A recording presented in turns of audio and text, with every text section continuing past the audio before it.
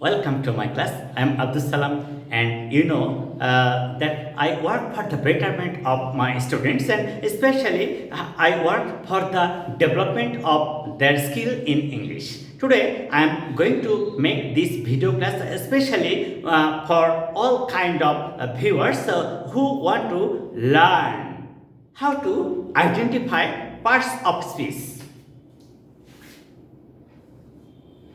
How to identify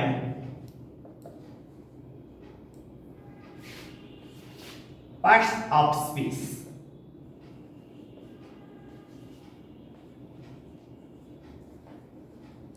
আচ্ছা, এই যে আমরা একটা সেন্টেন্স দেখব, সেই সেন্টেন্সে কিভাবে কোন ওয়ার্ডটা কোন পার্টস অফ স্পিচ আকারে কাজ করছে সেইটা কিভাবে সহজে আইডেন্টিফাই করা যায় সেইটা নিয়ে আজকে আমাদের video class. Look at it about Zakia সালাম। জাকিয়া সালাম is a student. Zakia Salam is a student of Rajshahi University. Rajshahi University.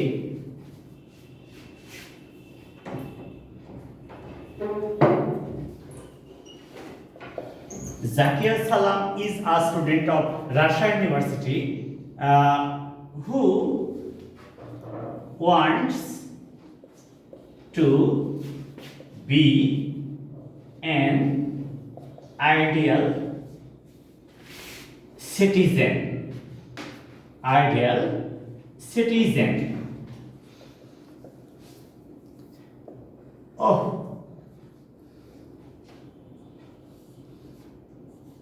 it's a nice idea.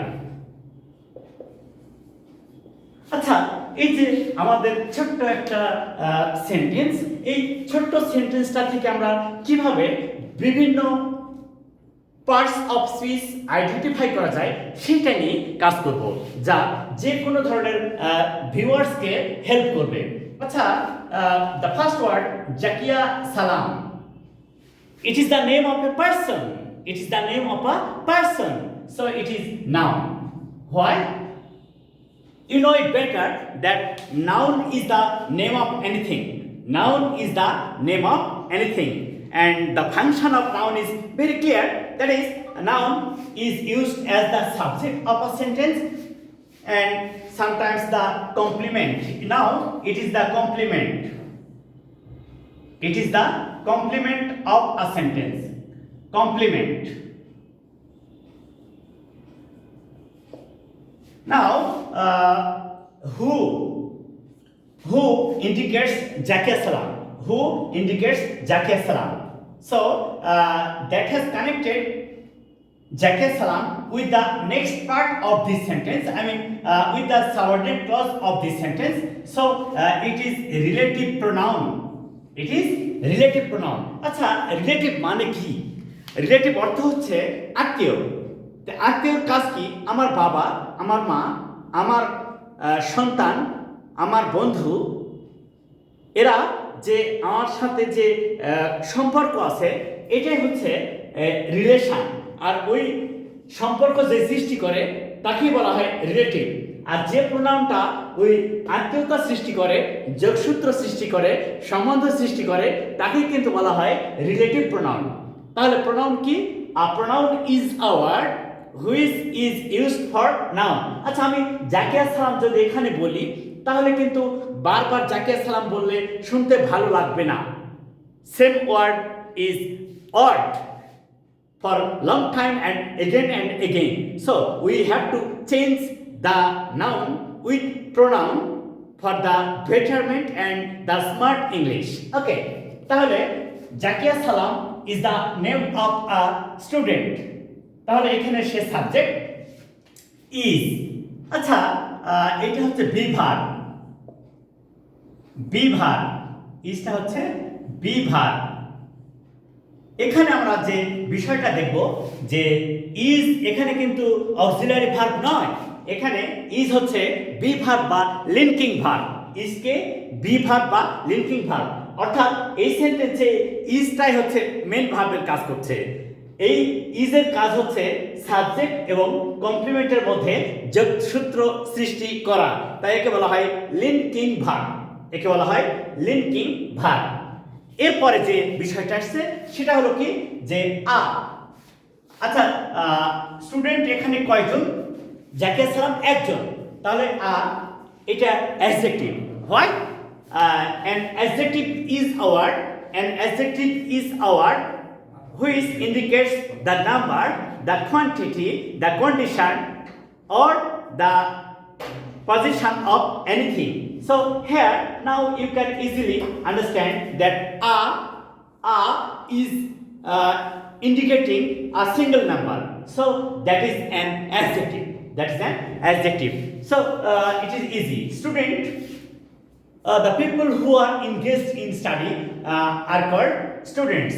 তাহলে এই জাকিয়া সালাম একজন স্টুডেন্ট, এটা নাউন, এটা নাউন, আর আটা হচ্ছে অ্যাডজেক্টিভ, আটা হচ্ছে অ্যাডজেক্টিভ। আচ্ছা জাকিয়া সালাম কোথাকার ছাত্র ছাত্রী? কোথাকার ছাত্র ছাত্রী? সে হচ্ছে রাজশাহী ইউনিভার্সিটির ছাত্রী।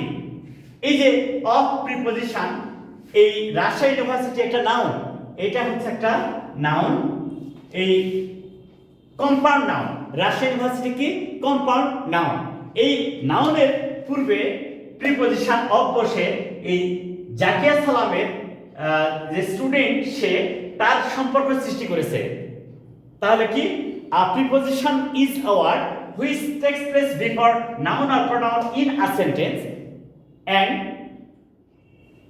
makes relation with the other words of that sentence, then we call it preposition. আর একটা মজার ব্যাপার হচ্ছে প্রি অর্থ পূর্বে। কার পূর্বে? নাউন বা প্রোনাউনের পূর্বে। প্রি মিন্স পূর্বে, but where? Before noun or pronoun in a sentence. তাহলে অফ হচ্ছে প্রিপজিশন। তাহলে আমরা কি দেখলাম? Noun is the name of anything, noun is the name of anything. সেক্ষেত্রে জাকিয়া সালাম noun, student noun, Rajshahi university noun. আচ্ছা প্রোনাউন অর্থাৎ নাউনের পরিবর্তে বসবে। বারবার নাউন ব্যবহার করলে বিরক্তি লাগবে, এই বিরক্তি দূর করার জন্য প্রোনাউন ব্যবহার করা হবে। এবং শুধু এই প্রোনাউনটা শুধু প্রোনাউন আকারে নয়, পরবর্তী অংশের সাথে প্রথম অংশের সম্পর্ক সৃষ্টি করেছে, তাই বলা হচ্ছে রিলেটিভ প্রোনাউন, রিলেটিভ প্রোনাউন। আচ্ছা ওয়ান্টস, চাই, ওয়ান্টস চাই, ভিটি ভার্ব ট্রান্সিটিভ। আচ্ছা এই ওয়ান্টস চাই এটা ভার্ব হলো কেন? It is clear. Verb means action. Verb means action. The word which completes the action, the word which finishes the action in a sentence is called verb. So in this case, wants is verb. And when the subject third person singular number, the verb will take s or es after it. It is the case of noun and present indefinite tense. Okay. To be infinitive. When the base form will take to before it, we call it infinitive. And adjective to be infinitive,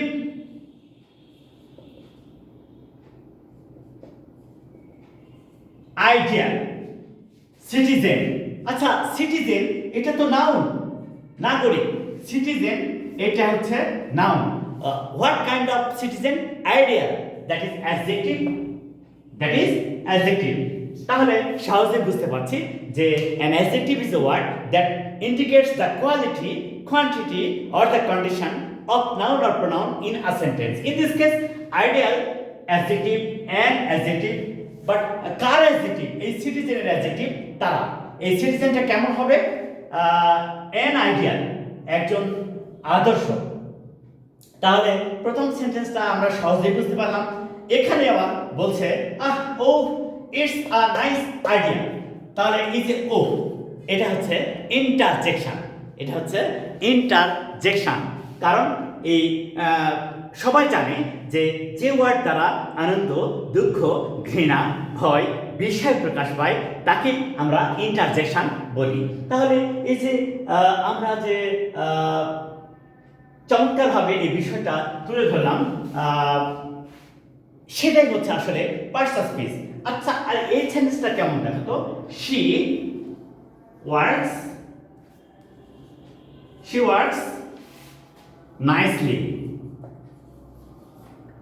এই যে আচ্ছা, জাকিয়া সালাম কিরকম ভাবে কাজ করে? চমৎকার ভাবে। কিভাবে? চমৎকার ভাবে। এটা হচ্ছে অ্যাডভার্ব, এটা হচ্ছে অ্যাডভার্ব, এইটা অ্যাডভার্ব। কেন? এই যে ভার্ব কিভাবে কাজ করে, অ্যাডজেক্টিভ কেমন। আসলে ছোট্ট একটা কথা মনে রাখলে চলবে, কোথায়, কখন, কিভাবে। কোথায়, কখন, কিভাবে, এগুলি দ্বারা প্রশ্ন করলে সেন্টেন্সে যে ওয়ার্ডটা আসবে সেটাই কিন্তু অ্যাডভার্ব। তাহলে আমরা এখানে প্রথমে দেখলাম noun, pronoun, adjective, verb, adverb, preposition, conjunction, interjection.